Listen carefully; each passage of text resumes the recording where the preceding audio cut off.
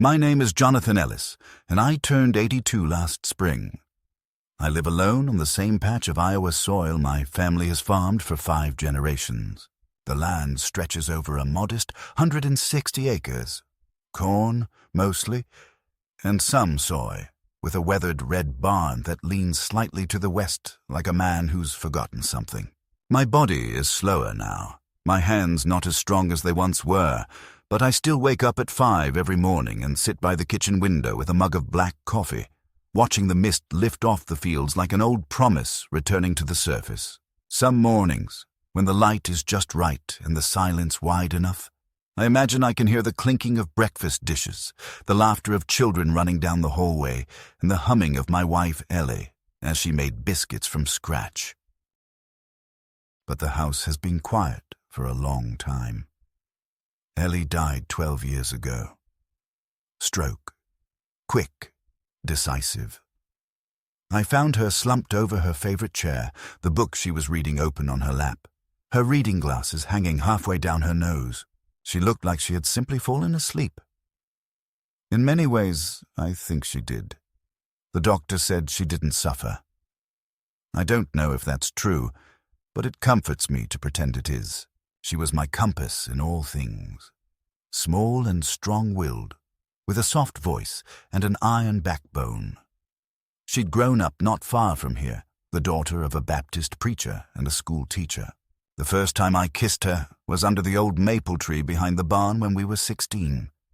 She said she knew then she'd marry me, though she let me sweat through 3 years of dating before she said yes.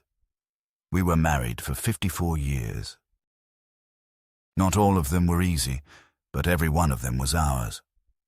After she passed, the house became more like a shell I lived inside than a home. The kitchen felt too big, the hallway too long. I stopped using the upstairs entirely. Dust settled in corners she used to polish every Saturday morning while humming hymns under her breath. Her favorite apron still hangs on the hook by the stove, untouched. I couldn't bring myself to wash it. We had one daughter, Mandy. She was born late in our marriage. A surprise, and from the moment she came into this world, Ellie saw in her a light she said was proof of God's mercy. Mandy was a curious, clever child. I remember the way she used to trail behind me out to the fields, her little fingers curled around mine, asking why the sunflowers followed the sun, why the cows chewed the same bite so long, why God made worms. I never had all the answers, but she seemed satisfied just hearing my voice. I built her a treehouse with my own hands when she turned 7. Ellie painted it robin's egg blue. Mandy filled it with books and drawings and dreams. Back then, I thought she'd live here forever. But children have a way of growing away from you while still looking like the baby you once rocked to sleep. Mandy was the first in our family to go to college. Ellie cried when she got her acceptance letter to Northwestern. I drove her all the way to Chicago in our old Chevy pickup, her entire life packed into 2 suitcases and a box of books. When we hugged goodbye, she whispered that she'd come back soon. She didn't. Life swallowed her whole, as it does. She graduated with honors, married a man named Derek, an investment banker who wore cologne too strong and smiled without his eyes, and moved into a glassy high-rise in downtown Chicago. They had 2 kids, Henry and Abigail. I saw them maybe once a year, sometimes less. Ellie tried harder than I did to stay connected, sending packages, birthday cards, care packages. But even she began to sense the drift, the widening silence. When Ellie died, Mandy flew in for the funeral, but only stayed for a day. She arrived in a tailored black dress and heels too high for the gravel of our driveway. She hugged me stiffly and offered to help sell the farm, said I didn't need all this space, that I should move to a retirement condo near her in the city, said the market was strong and that we could optimize the asset. That was the word she used, asset, not land, not home, not legacy. An asset. I remember staring at her and wondering when exactly my daughter had stopped speaking in a language I understood. I told her no, firmly, This land wasn't just dirt and crop. It was memory. It was marriage.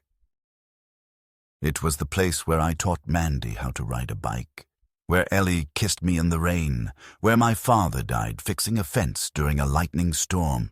I said I'd rather die in this house with my hands in the soil than in some sterilized condo with laminated floors and a pull cord by the bed. She looked at me like I was a stubborn child. We didn't argue, not then. She just nodded, got in her rented BMW, and drove away. I watched her taillights disappear down the gravel road and didn't hear from her for nearly a year. I tried to keep busy. I leased out most of the farmland to a local family, the Hernandez boys, who'd always treated me with respect. I kept a small vegetable patch for myself and took to writing in the evenings, mostly letters to Ellie that I never mailed. Scribbled thoughts in a notebook I kept in her old recipe drawer. The days blurred. Seasons passed. Some winters were cruel, some summers too dry. But I managed. Not happily, not fully, but I endured. The human heart, even when cracked by grief, keeps beating. That's both its miracle and its curse. Every now and then, Mandy would call, usually quick, efficient conversations about taxes, insurance policies, things she insisted I needed help managing. She spoke like a lawyer, cross-examining a hostile witness. I always told her I was fine. She never asked what I had for dinner, or whether the stove still worked, or if I was lonely. But I knew she had her own life, her own pressures. It wasn't my place to guilt her into remembering what it was like to sit on the porch swing at twilight, watching fireflies blink into being. And then, earlier this spring, just after the snow melted and the daffodils began to bloom, she called and said she was coming down. No explanation, just that she was driving from Chicago and would be here by noon. I felt a flicker of hope, a childlike excitement I tried to smother. Maybe she missed the farm. Maybe she wanted to reconnect. Maybe the city had worn her thin and she was coming home, if only for a few days. I spent the morning dusting, sweeping, even baking a peach cobbler from Ellie's old recipe card, though I ruined the crust. I wore my best shirt, shaved carefully, and sat on the porch watching the road like a boy waiting for his date. When her black SUV finally appeared over the hill, I stood up, my heart a nervous drumbeat in my chest. But the moment she stepped out of the car, dressed in crisp slacks, holding a leather portfolio, her mouth drawn tight, I felt something cold settle in my stomach. She wasn't here to reconnect. She was here for business. And in that instant, I understood. Something in my daughter had changed so deeply I wasn't sure I recognized her anymore. She hadn't come to see me. She'd come to take something. Mandy didn't ask to come inside when she arrived. She stood by her SUV, looking around the yard like she was surveying a property, not returning to the place where she'd once learned to ride her bike, where she dug up earthworms in the rain and named the barn cats. The wind lifted her hair a little as she adjusted her sunglasses and said, "Dad, let's talk inside. I don't want to stand out here in the dust." Her voice had that clipped efficiency I'd come to associate with her city life. No time for nostalgia, no room for softness. I stepped aside and gestured her in, watching as she scanned the living room with faint disapproval, like a real estate agent mentally subtracting value for every outdated detail. The wallpaper Ellie had picked out 30 years ago, the threadbare recliner I refused to replace, the faint scent of liniment and pipe tobacco, all of it seemed to offend her sensibilities. She didn't sit down. Instead, she placed her leather portfolio on the kitchen table, opened it with a quiet snap, and pulled out a stack of neatly bound papers. She didn't offer me coffee, didn't ask how I'd been. She went straight to it, as if there were an appointment she was already late for. "Dad," she said, "I've been thinking a lot about your situation lately. You're living out here all alone, the property's not being fully utilized, and, well, let's be honest, it's too much for you now. This place is falling apart. And if something were to happen to you, God forbid, everything would go into probate, and we'd be stuck with months of legal complications. It's time to plan ahead. Her tone was businesslike, but not cruel, and I knew she believed every word. That was what made it sting even more. In her mind, this wasn't betrayal. It was efficiency. I stood silently as she continued, laying out a vision of my future that sounded less like life and more like managed decline. She explained that the farm would be better managed under her name, that it could be sold to a renewable energy firm that was looking to build solar fields in the region. "They're offering above market," she said, her eyes gleaming not with greed, but with that righteous certainty that comes when people convince themselves they're helping. "You'd get a portion of the proceeds, of course, and I've already looked into assisted living communities in Des Moines. There's one with a private room, medical staff on site, even a little garden for residents. You could be comfortable, safe." I didn't speak. My mind had frozen in a strange place between disbelief and sorrow. My daughter had just laid out a plan to remove me from the only life I'd ever known, and called it kindness. Then she said it. The line that shifted everything, that turned confusion into something harder, colder, deeper. "Dad," she said, her hand resting lightly on the folder, "if you don't sign the transfer of deed, you're going to die poor. You don't have enough saved up for long-term care. You'll outlive your money. And then what? You want to end up in a state-run facility. You deserve better, but to make that happen, we need control of the property. Now." I looked at her, and in that moment, it was as if all the years collapsed. I didn't see a woman in her 40s with spreadsheets and solutions. I saw the little girl who once scraped her knee running through the corn rows and came crying to me with blood on her shin and dirt on her face, asking me to kiss it better. That little girl had vanished. In her place stood someone I didn't recognize. I asked her why she needed the farm in her name. Why now? She talked about taxes, about estate planning, about leveraging assets for financial liquidity. She spoke in the language of investment advisors and probate lawyers, a tongue I didn't speak. All I heard was that she wanted my land, my home, my past, and she wanted it now. She framed it as an act of care, of strategic foresight, but no matter how many graphs and contingency plans she laid out, I could see the truth buried in her urgency. She wasn't trying to save me. She was trying to protect herself. Maybe her marriage was strained. Maybe the city life wasn't as stable as it seemed, or maybe she just saw the writing on the wall. I was old, my clock ticking louder every season, and the house that had once been filled with warmth was now just an unclaimed inheritance, waiting for the final breath to make it official. She pushed the documents toward me. "It's just a transfer of title," she said. "You'll still be able to live here, technically. But it puts everything in motion. We can sell at the right moment, maximize value. We won't have to scramble later." She said it all with a smile so tight it looked painful. I looked down at the pages. Dense print, legal clauses, places marked for my signature. A notary would be coming the next morning, she added. It would all be quick, clean, painless. I could feel my heart pounding, the beat uneven and resentful. For a long moment I said nothing. Then I asked her softly, "What happens if I don't sign?" She blinked. "What do you mean?" "I mean," I repeated, "what if I say no?" She looked away, then back. "I'm just trying to help you, Dad, but if you don't sign, you'll leave us no choice. You can't take care of yourself forever. We'll have to make decisions for you eventually. This is the smart way to do it, with your cooperation." The air between us felt suddenly thinner. Her words hung there, not quite a threat, but not a promise either. Something in her eyes flickered. Impatience, maybe, or exasperation. But what I remember most was how quickly affection drained from her face.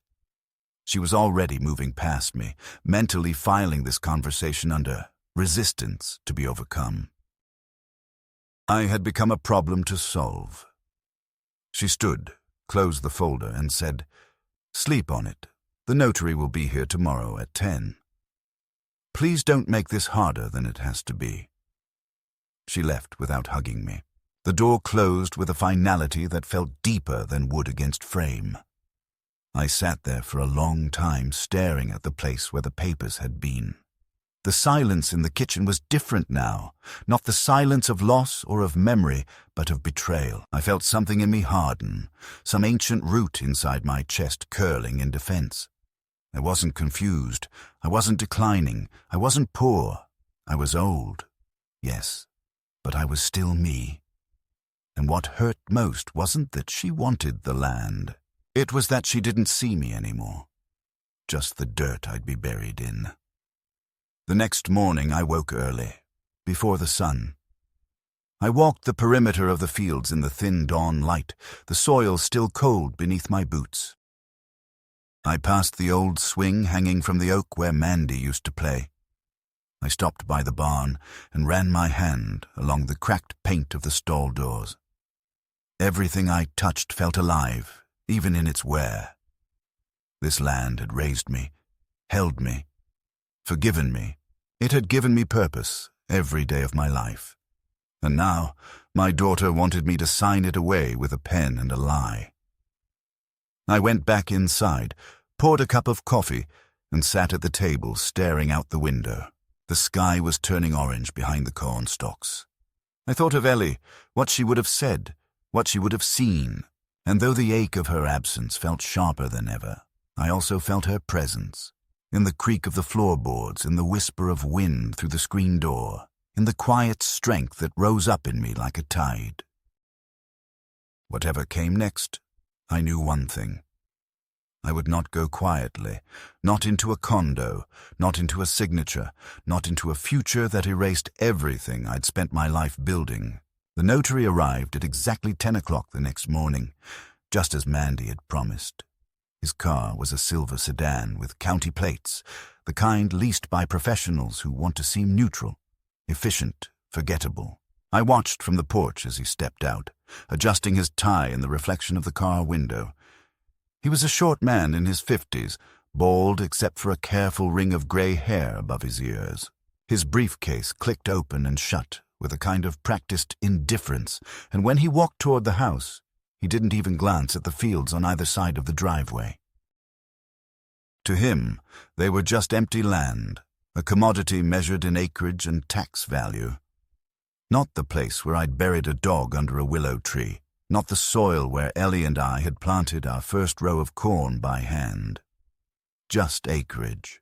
Mandy trailed behind him, still in her city clothes, heels clacking on the wooden steps. She barely looked at me as she crossed the threshold.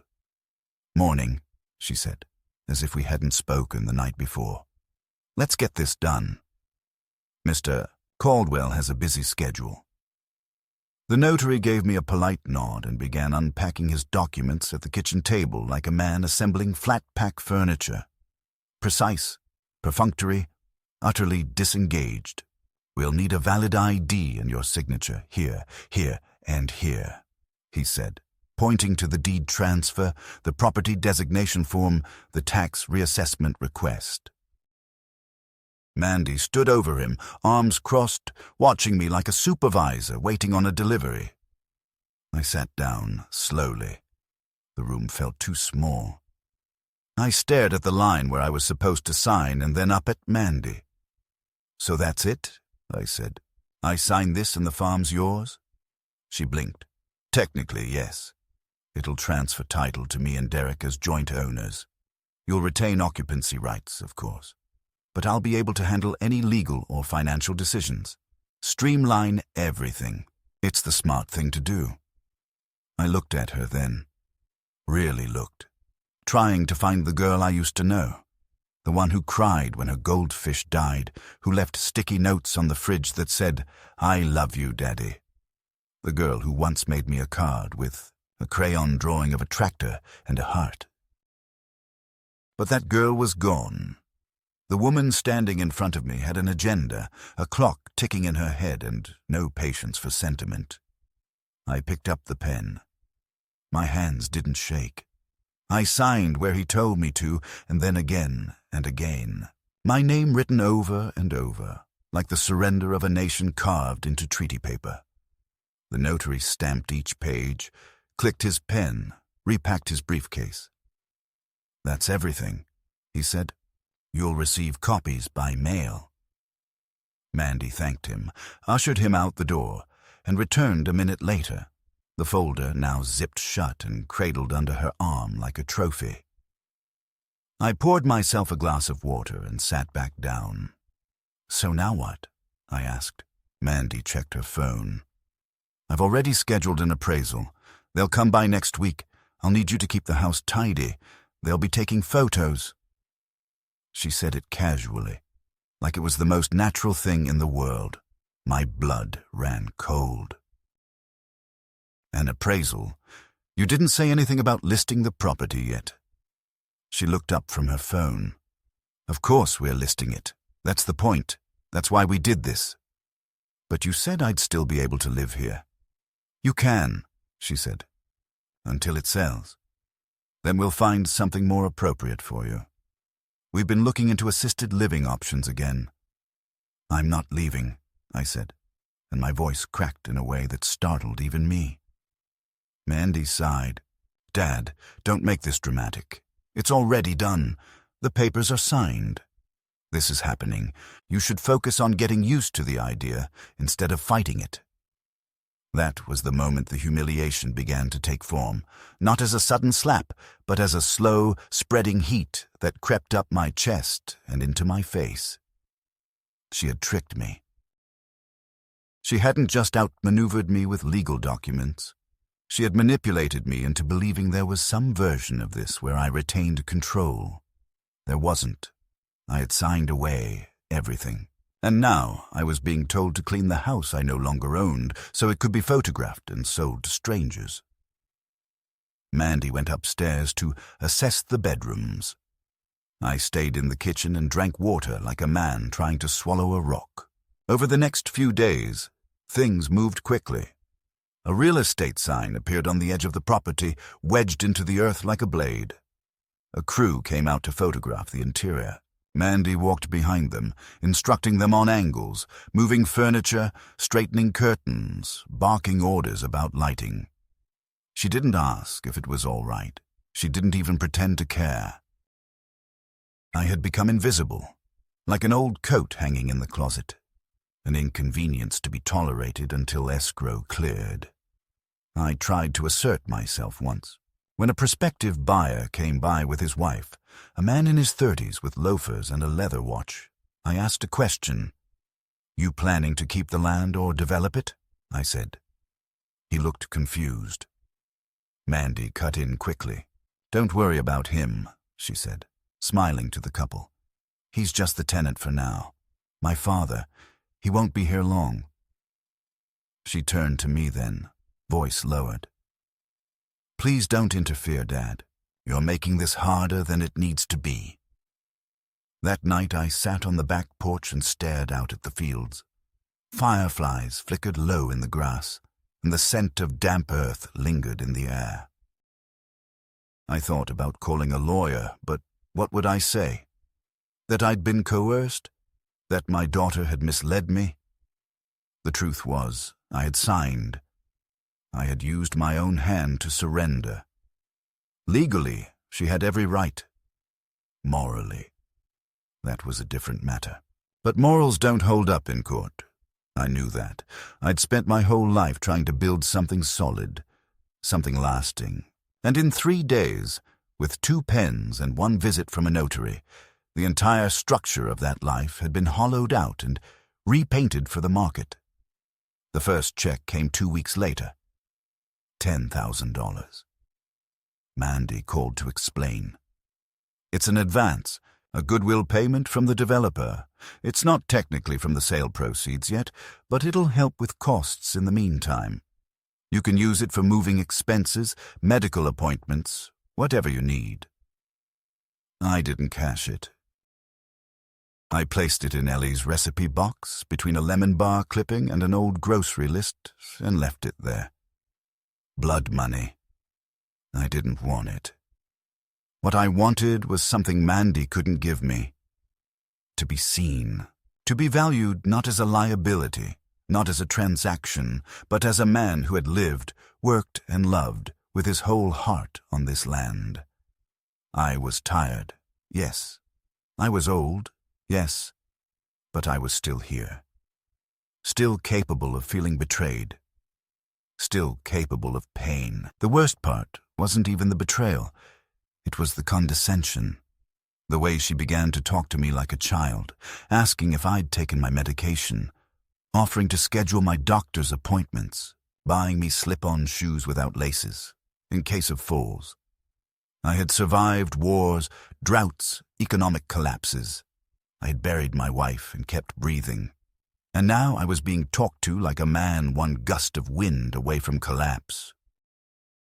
I stopped answering her calls. She texted instead, brief messages with bullet points, updates about offers, showings, escrow timelines.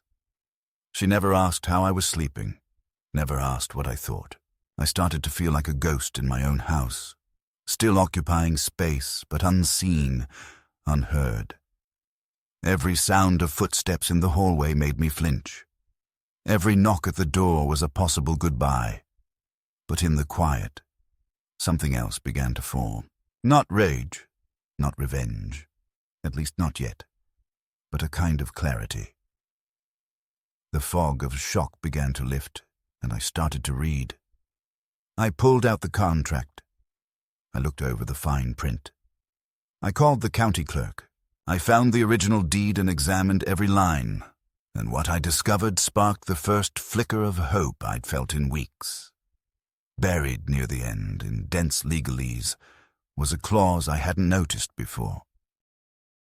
It preserved residential occupancy and full rights of access and use to the transferor, me, for the duration of my natural life. It also specified that any resale or development required either my signed consent or court approval. Mandy hadn't mentioned that part. Maybe she hadn't even read it herself. Maybe she assumed I wouldn't read it either. But I had, and I did. And for the first time since the notary's stamp hit the page, I felt something close to strength return to my chest. I didn't tell Mandy what I'd discovered right away.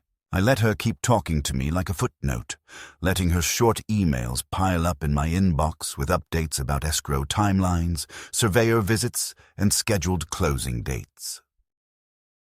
She didn't ask for my input anymore because she believed she didn't need it. That assumption became my weapon. I printed copies of the deed and highlighted the clause that stated I retained full residential and usage rights unless I gave written consent to relinquish them. Then I drove into town and made an appointment with a local attorney, an old-school fellow named Marvin Delaney, whose office smelled like pipe smoke and floor polish. Marvin had helped me sort out Ellie's will years ago, and I trusted him more than I trusted most people still living. He read the contract slowly, nodding occasionally, murmuring to himself like he was translating from a foreign tongue. When he finally looked up, his expression was somewhere between amused and impressed. "Well, Jonathan," he said, tapping the highlighted section, "you're still the legal occupant. And more than that, they can't legally sell the property without your cooperation unless they want to fight it in probate court.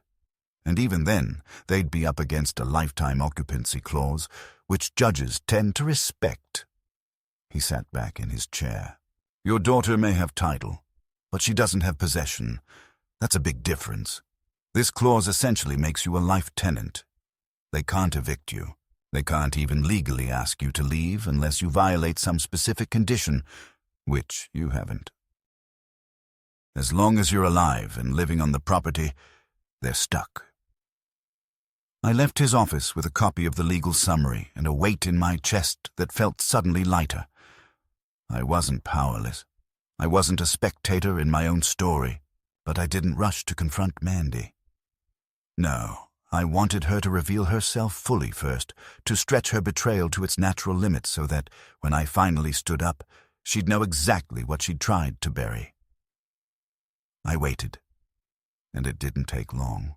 The following week, Mandy returned, this time with Derek. I hadn't seen my son-in-law in years, and he arrived in a pressed button-down and mirrored sunglasses, all gleam and contempt. They didn't bother knocking. Mandy walked in first, calling out my name like I was some absent janitor in need of instruction. "Dad," she said, "we need to talk." Derek followed close behind, arms crossed. "There's an issue with the buyer," Mandy began. "They're getting cold feet because the appraisal came in lower than expected, and we're losing momentum. We need to move fast, or this deal will fall apart." I sat at the table, silent. Derek leaned forward. "We've already sunk a lot of time and energy into this, and frankly, it's frustrating that things aren't moving as they should. We need you to be flexible." He said the word flexible, the way some men say obedient. Mandy handed me another set of papers. "This is a consent form," she explained as if I were 5. "Just a formality. It waives your occupancy clause so the sale can proceed unencumbered. You'll be compensated, obviously, and we'll find you a comfortable apartment in Des Moines. One with a walk-in shower and a call button. It's time, Dad. We're trying to do right by you." I didn't touch the papers. I simply stood up, walked to the living room, and returned with the file folder Marvin had prepared for me. I placed it on the table, opened it with deliberate calm, and slid the summary across to Mandy. "You didn't read everything you made me sign," I said. "Well, maybe you did and hoped I wouldn't. Either way, here's the part you ignored.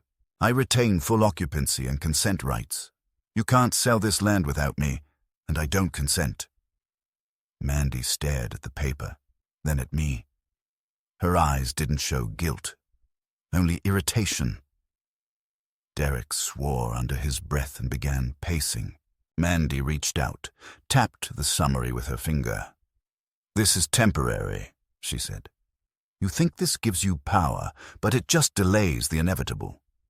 Do you really want to spend your last years alone on a farm that's falling apart? You think this is noble? It's sad, Dad. You're clinging to a ruin." "No," I said. "I'm defending what matters. Something you stopped understanding a long time ago." Derek stepped forward then, lowering his voice. "Let me explain how this will go, old man. You'll live here a little longer, sure. But we'll stop paying for your prescriptions, your heating. We'll stop driving 3 hours every time you need to see a doctor. This arrangement can get very uncomfortable very quickly." I smiled then. It surprised even me. A small, weary smile pulled from someplace deep. "You've never paid for my prescriptions. You've never driven me to the doctor. You've never paid for anything in this house, and I've got every receipt since 1973 to prove it. You think you know what discomfort is. You've never lost everything and still managed to plant in spring. You've never sat by your wife's grave and thanked her for 54 years, while the rest of the world moved on like she'd never lived. You don't know discomfort, but you're about to." That's when I told them the rest, that I had retained Marvin as legal counsel, that I had recorded every conversation since Mandy's first visit, including the one where she threatened my autonomy, that the local paper was already looking into the story of a daughter attempting to displace her elderly father for financial gain, that my church friends were aware, and that the community board where I'd served for 20 years was considering a public hearing about the misuse of elderly trust. I laid it all out slowly, not to gloat, but to make it clear. The days of pretending I was a doddering old man they could push around were over. Mandy's hands trembled. Derek's face had turned a shade paler. "You're making a mistake," he said. "You're going to die on this farm alone. I'd rather die with my boots in this soil than live one more day under your terms." They left without another word. Mandy took the papers with her. The door slammed behind them like the ending of a chapter. I stood there for a long time, breathing deeply, the silence around me no longer oppressive but clean, sacred. The middle had turned. The game had shifted, and I was no longer playing defense.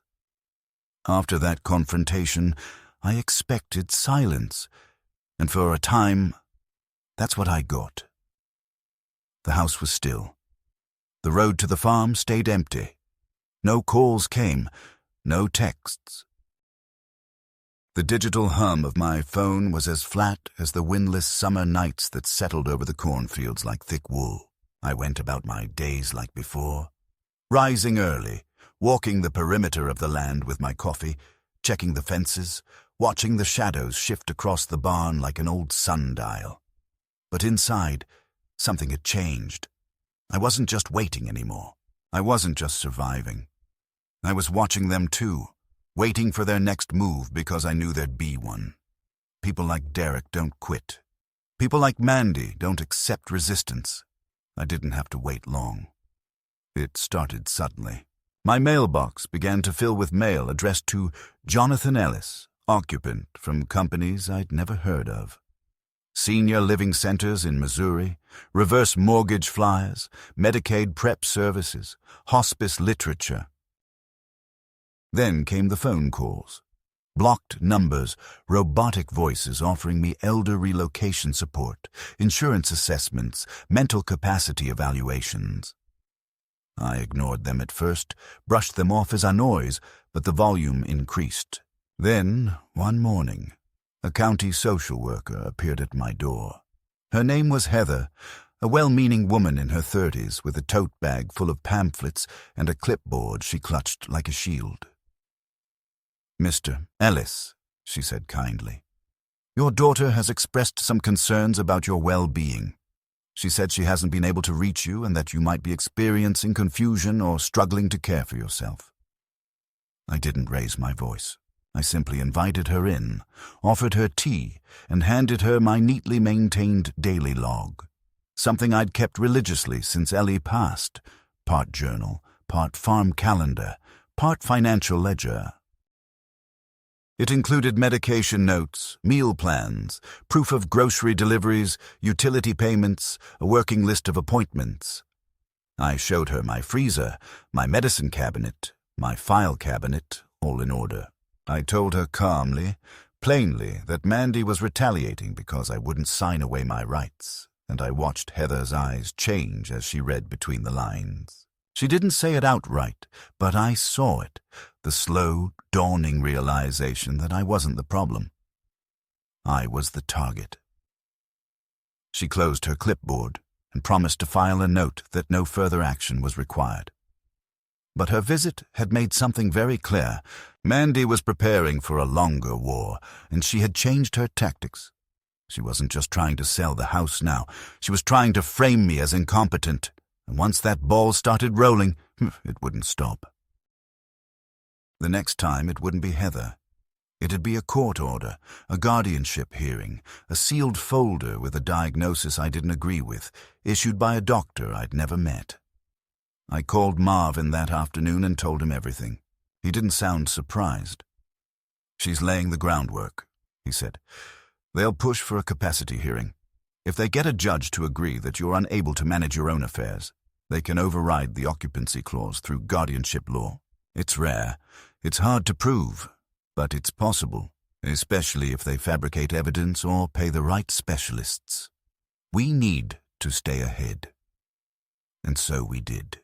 Marvin filed paperwork establishing that I was of sound mind and provided my medical records, which showed no signs of cognitive decline. We set up a voluntary psychiatric evaluation with a respected geriatric psychiatrist in Des Moines, and I passed every test with room to spare. Word spread quietly in town. People at the church began to ask gentle questions. Had Mandy really done what they'd heard? Had she really tried to sell the farm out from under me? I didn't answer directly, but the silence was enough. And silence, in a small community, is louder than truth. Then came the financial assault. My longtime bank, where I'd held accounts for over 4 decades, called to inform me that someone had attempted to change the primary address on my savings account. The request had come with forged documentation, a fabricated medical letter stating I was being relocated to a facility in Davenport. The bank flagged it as suspicious and froze the change. I thanked them and requested that all further account modifications require in-person approval and a double verification process. Marvin filed a fraud complaint with the State Financial Commission. I had never imagined my own daughter's husband would stoop to document forgery, but now nothing surprised me.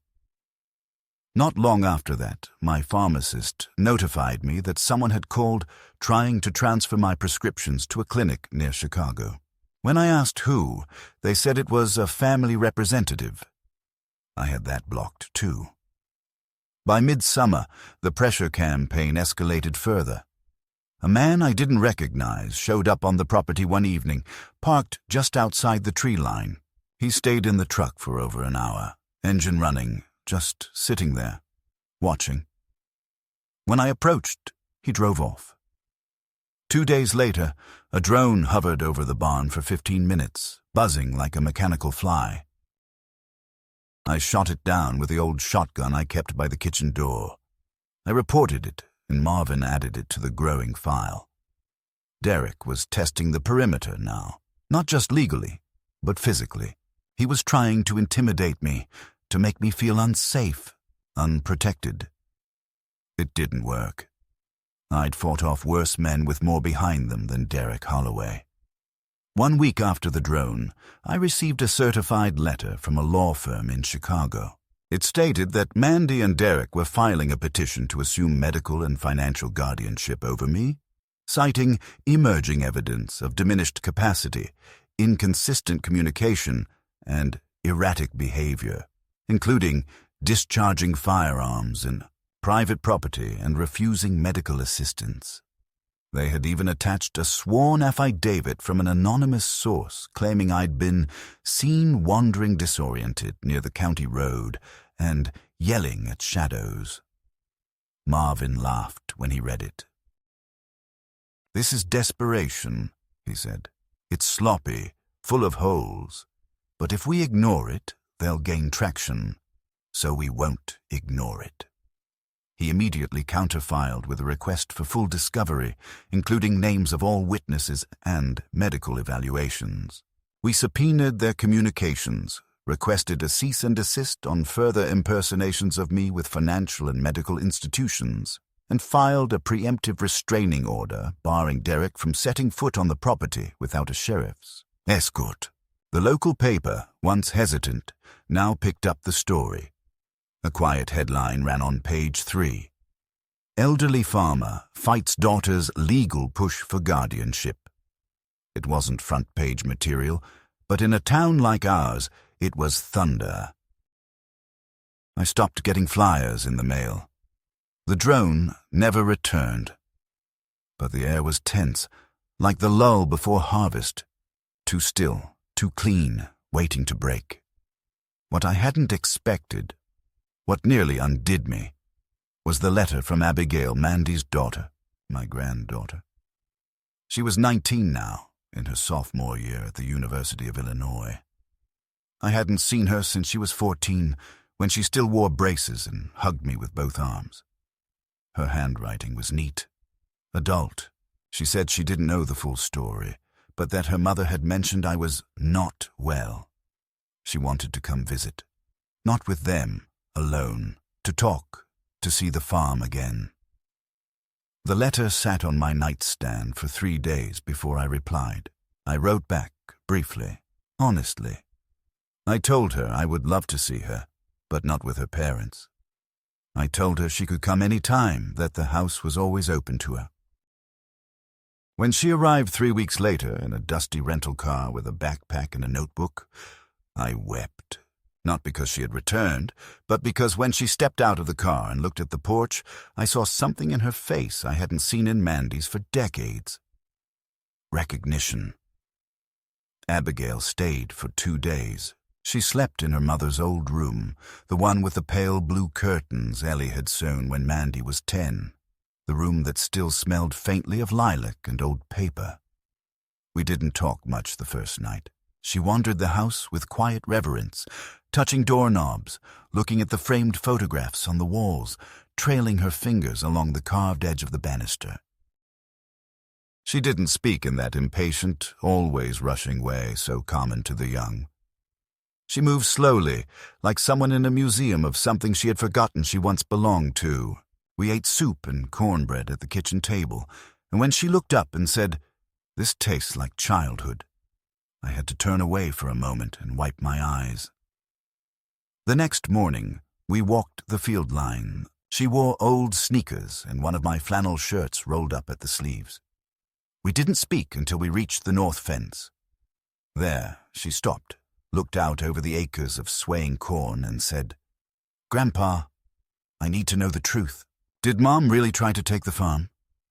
I didn't answer right away. I watched a hawk circle overhead. I listened to the insects in the grass. Then I told her everything. Not the legal details. That wasn't what she was asking. But the truth. The feeling of it. The betrayal. The loneliness. The humiliation. I told her how her mother had treated me like a problem to be solved, a spreadsheet to be balanced. I told her about the notary, about the clause she hadn't read, about the guardianship petition, the drone, the forgery, the social worker. I told her how I'd fought, not with fists, not with screaming, but with paper, with quietness, with presence. She listened without interrupting, her arms crossed, her brow furrowed. When I finished, she didn't speak for a long time. Then she said, "I believe you." That night she called her mother. She stepped outside with her phone, and I stayed in the kitchen, pretending not to eavesdrop. But through the screen door, I could hear every word. Mandy was angry. Her voice carried through the receiver, brittle and high-pitched. "What are you doing there, Abigail? We didn't authorize this. He's manipulating you. He's confused." Abigail's voice was clear and low. "He's not confused, Mom. He's more lucid than you. I've seen the paperwork. I've seen the farm. You lied." There was silence, then shouting, then silence again. When she came back in, she looked different, older, sadder, steadier. She hugged me that night before bed, and I felt something shift in my chest. Not victory, not closure, something softer, something like repair. 2 days later, Mandy and Derek showed up unannounced. Their car tore up the gravel drive like a storm rolling in. They didn't knock. They walked in like they owned the place. Which, in part, legally, they did. Derek was in a black sports coat like he'd come from court. Mandy wore sunglasses despite the overcast sky. When they saw Abigail sitting on the couch with my photo albums open on her lap, their expressions changed. "Get your things," Mandy said. "We're leaving." Abigail didn't move. She closed the album gently and looked up. "No, I'm not going with you."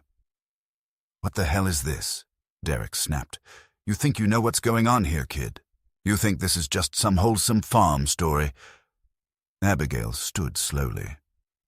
"I think I've seen enough. I think Grandpa deserves better than the way you've treated him." Mandy stepped forward.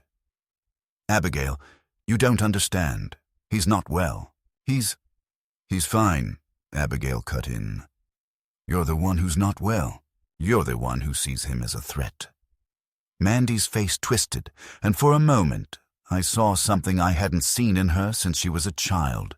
A flicker of fear, of fragility, of a daughter who realized she had lost something she could never get back. Then Derek did something I hadn't anticipated. He raised his voice. "This ends now. We've got court next week. Guardianship will be settled.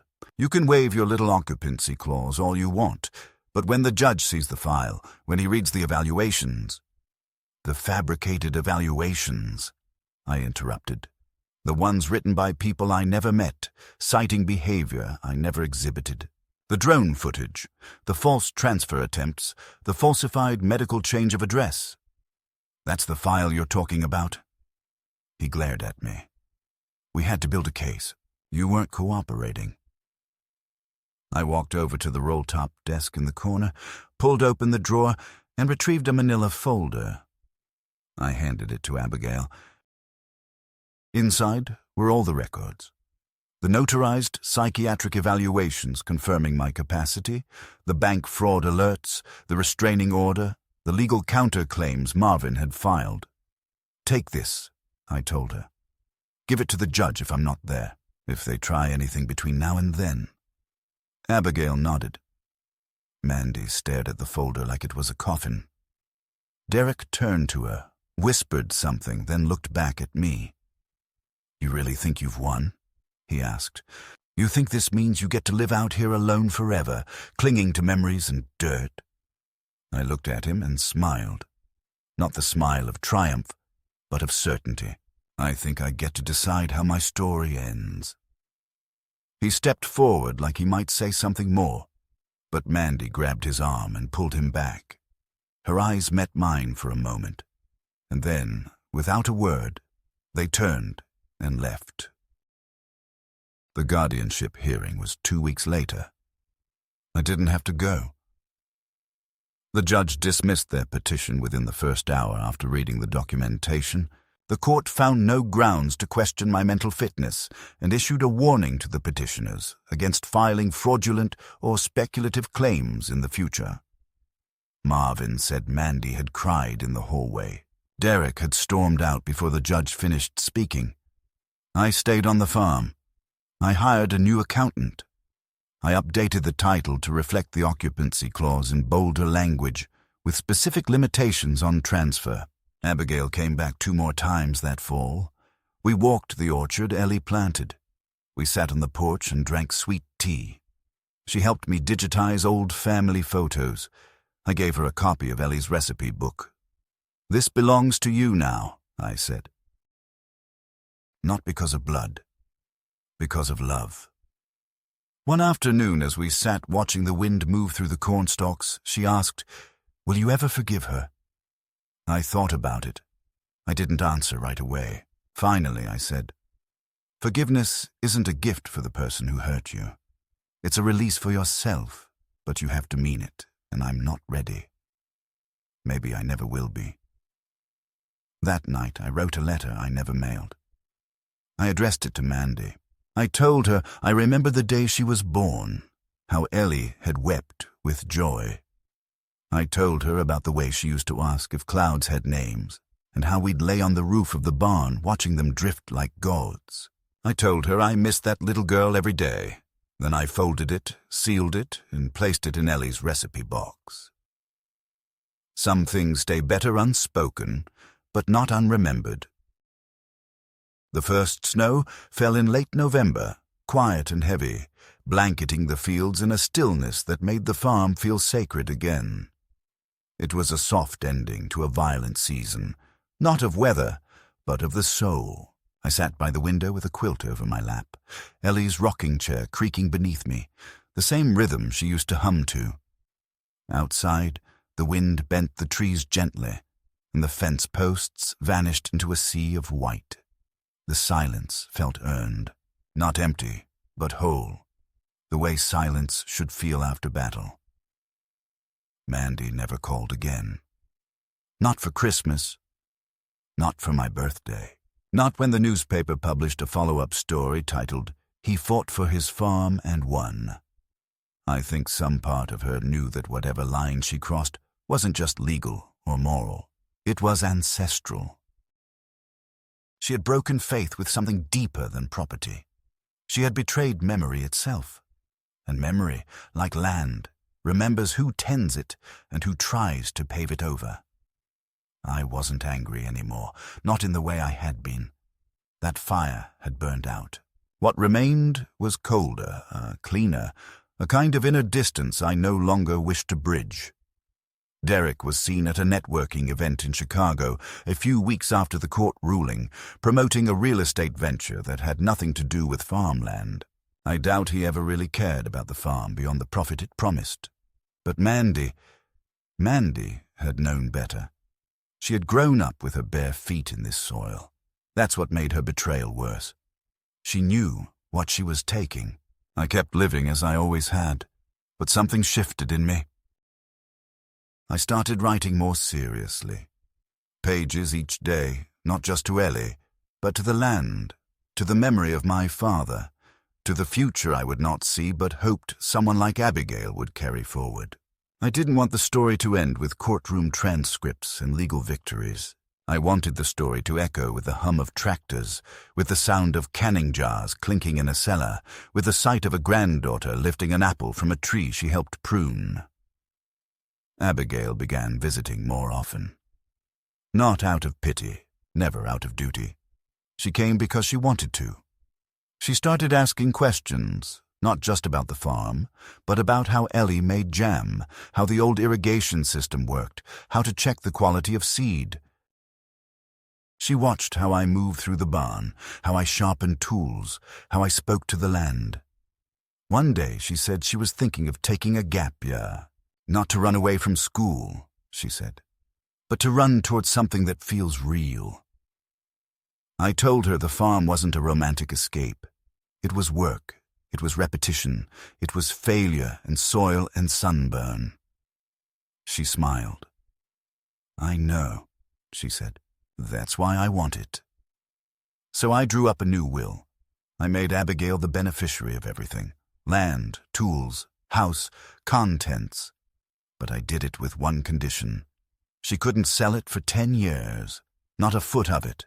If she wanted it, she had to live it, work it, respect it. She signed the paper without blinking. It was the first time in decades I'd seen someone commit to this place without trying to change it. One afternoon, I stood at the edge of the orchard and looked out over the farm. The sun was low, and the light struck the snow in such a way that everything glowed faintly gold. I remembered holding Mandy on my shoulders in that same spot when she was 3, her arms stretched wide, laughing at the sky. I didn't regret loving her. I didn't regret raising her here, but I also no longer waited for her return. Some people walk too far away to ever find the path back, and even if they do, they may not recognize home when they see it. In the end, the farm outlived the storm, not because of lawyers or courts, but because it held something Mandy had forgotten and Abigail had remembered. This wasn't just land. It was the memory of hands in soil, of loss and continuity, of promises made quietly and kept through generations. It was love, made real. And as long as someone remembered that, really remembered it, then I knew the land was safe. And so was I.